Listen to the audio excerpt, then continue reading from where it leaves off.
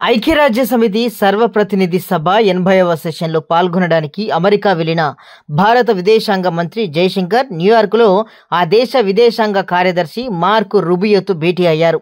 ఇరువురు నేతలు ఇరు దేశాల మధ్య వాణిజ్యం, రక్షణ, ఇంధనం, ఔషధాలు, ఖనిజాల వంటి కీలక రంగాలలో సహకారాన్ని బలోపేతం చేయడంపై చర్చించారు.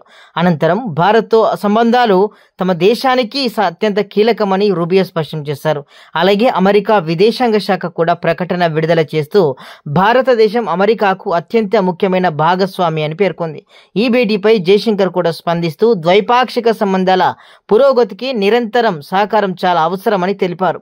ఇక అమెరికా విదేశాంగ కార్యదర్శి మార్కో రూబియో ఎక్స్ వేదికగా తమ సమావేశం గురించి పోస్ట్ చేస్తూ వాణిజ్యం, రక్షణ, ఇంధనం, ఔషధాలు, కీలకమైన ఖనిజాల వంటి అంశాలపై ఇరు దేశాల మధ్య భాగస్వామ్యాన్ని బలోపేతం చేయడం గురించి చర్చించినట్లు తెలిపారు. అలాగే అమెరికా విదేశాంగ శాఖ విడుదల చేసిన ప్రకటనలో భారతదేశం అత్యంత ముఖ్యమైన భాగస్వామి అని, వాణిజ్యం, రక్షణ, ఇంధనం, ఔషధాలు, కీలక ఖనిజాల వంటి అంశాలపై భారత ప్రభుత్వం చూపుతున్న నిరంతర సహకారాన్ని రూబియో అభినందించారని కూడా పేర్కొంది.